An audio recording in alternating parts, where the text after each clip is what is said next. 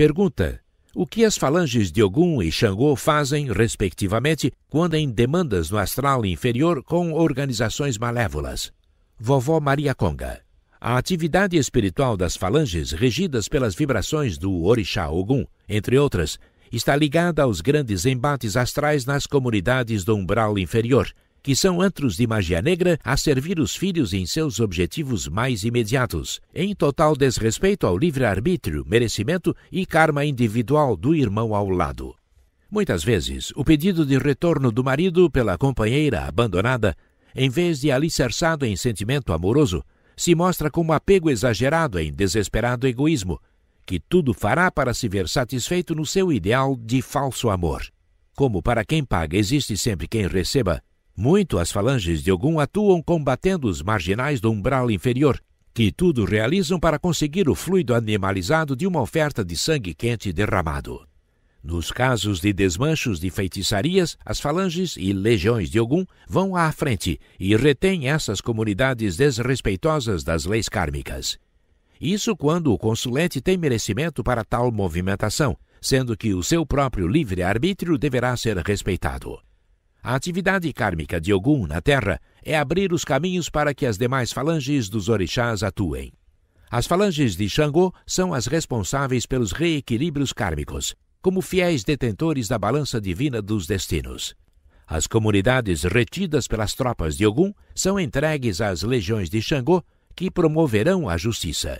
Muitas vezes um mago negro e sua organização, pelos seus desmandos e total desequilíbrio com as leis cósmicas, precisam ser retidos e levados para os tribunais de julgamentos que existem no umbral inferior, sob a tutela de mentores e guias de Xangô. Nesses locais de detenção provisórios, se estabelecerá a análise kármica de cada espírito. Os mestres ali atuantes definirão qual a melhor solução dentro das leis divinas para cada individualidade. Uns reencarnam imediatamente, alguns se dispõem ao estudo e mudança mental. Outros há ainda que, infelizmente, têm de se ver removidos para planetas mais atrasados e difíceis para a vida. Solução benfeitora para esses irmãos enrijecidos no mal voltarem-se para os trilhos evolutivos. Nas zonas abismais do umbral inferior, onde se encontram essas fortalezas da luz do Cristo, mantidas por altas entidades siderais, envolvidas com as vibrações de Xangô, verdadeiros mestres kármicos, existem escolas de aprendizado corretivo. Os que ali permanecem se preparam para reencarnar. Há ainda um número expressivo de espíritos de grande conhecimento da magia, mas de baixa moral, que se dispõem por livre vontade a atuarem como Exus, ou executores das leis divinas, instrumentos de serventia para os caboclos e pretos velhos nas hostes umbandistas, como maneira justa de se reabilitar com as leis divinas e atenuar seus pesados débitos antes de reencarnarem. Pergunta: quando os caboclos dessas falanges, que têm as incorporações mais estrondosas, se manifestam, que tipo de energias eles manipulam e o que pode ser considerado animismo e mediunidade, já que a inconsciência é cada vez mais rara? Existe semiconsciência? E como se dá? Vovó Maria Conga. Estrondosas em que médiuns e templos. Os rodopios exagerados, os gritos acompanhados de esgares compulsivos, a voz estridente, as ordens ríspidas, os gestos violentos, os caciques vaidosos ou os obscenos nas palavras, nada tem a ver com as entidades espirituais, pois os caboclos dessas vibrações são disciplinados como todos na verdadeira umbanda sagrada. Esses comportamentos podem ser considerados animismo dos médiuns. Cabe aos diretores espirituais e pai de terreiros sérios mostrarem que a semiconsciência é o envolvimento mediúnico que deixa o médium com a consciência alterada em diversos níveis, não sendo acompanhada dos exageros derivados das carências psicológicas dos filhos pela falta de autoconhecimento e orientação adequada. Obviamente, nos médiuns em educação e desenvolvimento, essas situações são até aceitáveis, um tanto normais, pois ainda há grande dificuldade de percepção fluídica e realmente os lapsos de consciência ocorrem em alguns casos, fazendo com que os aparelhos entrem em quase transe cataléptico, após a atuação das entidades pelo desacoplamento do corpo astral. Aos poucos, a mecânica da incorporação vai se suavizando e os médiuns se tornando dóceis à vontade do guia ou protetor, quando bem orientados em ambientes de elevada moral.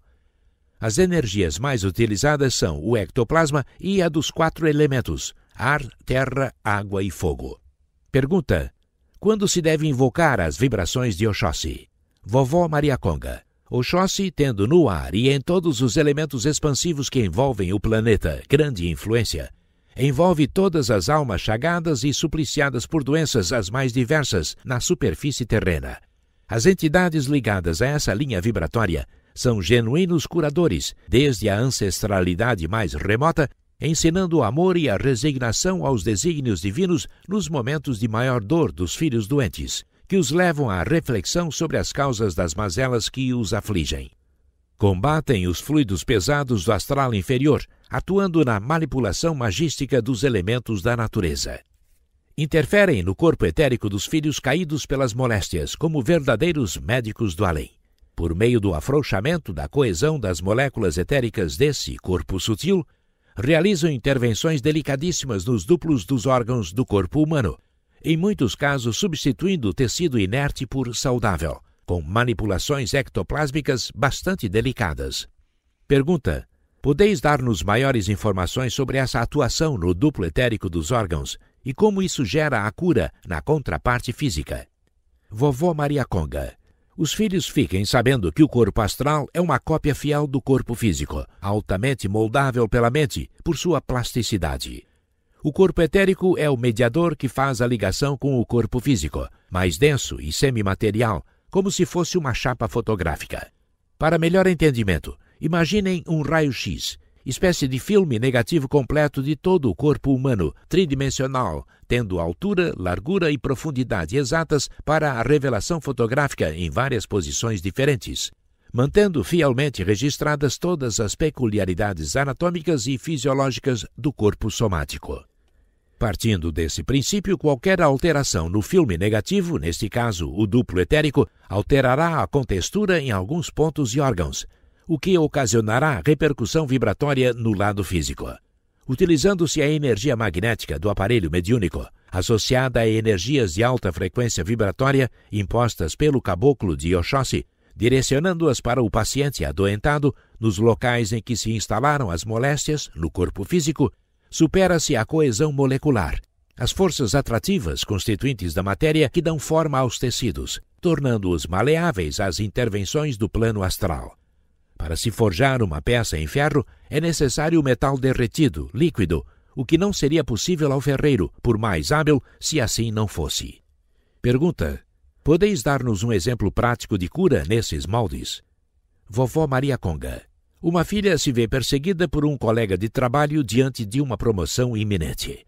Essa oponente, desairosa em seus interesses, procura macumbeiro de aluguel que a tudo resolve. Com o devido pagamento, almeja conseguir o cargo tão visado, não importando os meios e o mal causado. Com o despacho para entidades de baixo escalão vibratório, esse mago encarnado invoca forças do submundo astral para o intento nefasto da contratante. Utilizando catalisadores próprios no plano físico e invocações de que não cabem maiores detalhes nesse exemplo, juntamente com sangue de animal com 4 patas, sacrificado e pimenta vermelha, o mago negro desencarnado obtém fluidos para a confecção de ovoide ectoplásmico altamente enfermiço. Este é fixado no chakra gástrico da filha, alvo do enfeitiçamento nefasto, por implante de pequeno aparelho processador, advindo rápido transtorno somático no estômago, transformando-se rapidamente em câncer paralisante. Essa filha, desalentada pela situação inesperada em que os meios médicos terrenos se mostram inócuos e os tratamentos espirituais convencionais nada resolvem, procura desesperada uma casa de umbanda como último recurso. Durante a consulta, se pede que a filha fique até o final para trabalho de demanda e desmancho. Nesse atendimento, as falanges que dão apoio à corrente mediúnica apreendem a organização malévola prestadora do serviço de enfeitiçamento cruel, desfazem o campo de força do despacho realizado e que está vibrando no astral, afastam todos os espíritos sofredores que vampirizam as energias da filha em atendimento. Trazem o engenheiro que construiu o aparelho eletrônico fixado no chakra gástrico, fazendo-o retirá-lo. Isso feito, limpo o terreno para o jardineiro trabalhar, caboclo de Oxóssi incorporado procede a atendimento curador. Com assovios e mantras próprios, intercede no estômago adoentado, aumentando a vibração do duplo etérico do órgão, afrouxa a coesão molecular e refaz os tecidos etéricos prejudicados. Muito em breve, a filha assistida estará curada. Tudo isso acontece em 10 a 15 minutos do tempo dos filhos.